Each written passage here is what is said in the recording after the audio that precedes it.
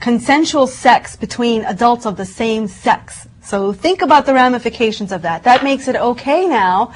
It legitimizes gays and lesbians in India. And in India, it is a large community, and we kind of know that the community exists, but they've never actually received any kind of legislation that makes it a non-criminal act. So this is a very, very big step for India. Of course, hugely controversial.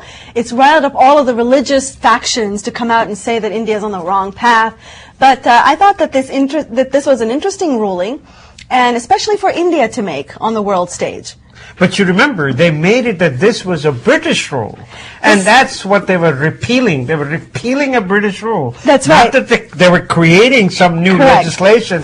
They repealed the legislation. That's right. It's a historic judgment to amend a 149-year-old colonial era law. So I guess it's one way of pushing that colonial era behind us and saying we don't necessarily have those same beliefs, but still a very bold move for India, I thought. And I just thought that, it'll be interesting to see where, what happens next in India in terms of legislation. A lot of happy people in India, folks.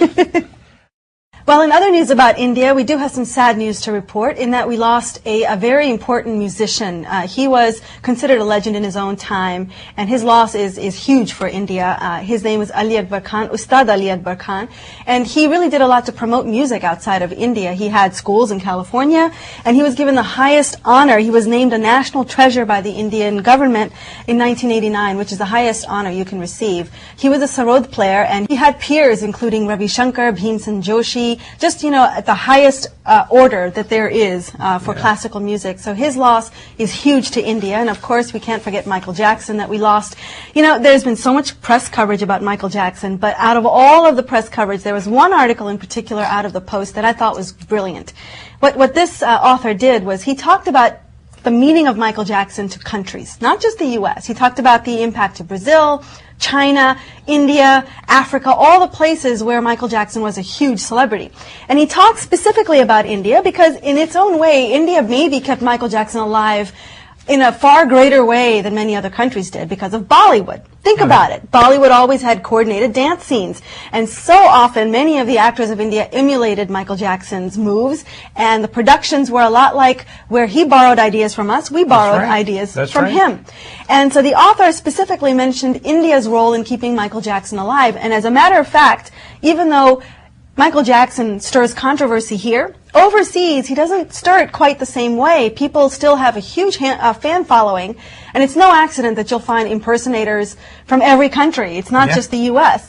I kind of think of it as like a death as big as Elvis back in Elvis's time, except maybe this is even bigger and greater than that. I want to tell you, he was the best entertainer in the world. Think about it. Mithun Chakrabarti 20 years ago was an MJ dance alike, right? And there was Govinda, and then there was Hrithik Roshan. He has been keeping Indian men dancing in Bollywood for the last 25 years. That's incredible to me.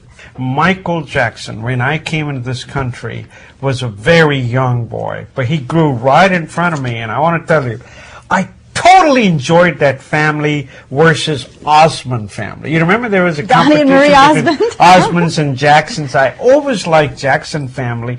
Yes, Osmond family have got their own problems, and the Michael Jackson family has got their own problems. But it goes without saying, he was the best. Moving on, I want to talk about in Japan, the recession is just as bad as here. Folks, bars are, people are drinking at home. They're not drinking at the bars. They're talking about this entertainment district in Japan where the businesses are closing right and left. And this bar, he was losing business, but he read a book. The name of the book was Kokuhatsu Jidai. Kokuhatsu Jidai is the era of marriage hunting. When you go to the bar, the idea is you pick up one-night stands and so on and so forth. Well, what the book said is, let's name it Marriage Hunting Ground. Well, wait, hold on. So, first of all, let me just go back to a point you made. Bars are just social centers, and there happen to be a lot of single people who aren't necessarily looking for one-night stands. They're just looking for a social good time. So, yes, I think this is an interesting spin, just to call it what it is, which is marriage hunting. Marriage hunting ground. That's what he called it. He called it kokasu because he believes that if he tells them this is where you come for your marriage partners, there'll be a lot more people than the single people who are looking for a social time in a bar. And this has become extremely popular. I think someone should copy this right here in Washington, D.C., don't you think? Well, I think you've seen it on the online front. You've got JDate and you've got Shadi.com and eHarmony. So this is just the next outpost, right? So I don't understand why these eHarmony websites and so forth don't just pair up with doing event productions in cities and have an actual meetup type of session. To me, that seems like the natural next progression of this model, but it hasn't happened yet. It was happening. There could be in eHarmony Bethesda. cafes. Just think about it. You know, there could be eHarmony cafes or JDate or Shadi.com cafes that sprout up all over town. I mean, those could be syndicates. Folks, that's a good idea. If one of you are in that business or thinking of going into that business, this is the way to go. Sure shot hit, as this Wall Street Journal story says. I couldn't resist talking about these two stories out of India because they're just funny, and I know that you'll enjoy them as much as I did. First of all, there is, I'm sure most of you have heard, if you follow Indian television, a lady named Rakhi Sawant. She's a charismatic, sizzling, glamorous, and a bold Indian TV star and Bollywood icon, better known as India's #1 item girl. She has a reality TV show in India called Rakhi Ka Swayamvar. Now, obviously, you can guess what this is. This is about her finding a husband, but I bet many of you would not guess that she would have, as one of the candidates, 87-year-old in queue. His name is Dr. R.K. Joshi, and he's waiting in line for his chance as well among the 16 other candidates. And he's serious, folks. He wants to be considered. So he has written a book of 52 poems in her name in an effort to get on the show and vie for his spot. To be rich and famous, I guess, but probably not to be your husband, but it should be interesting if you watch television.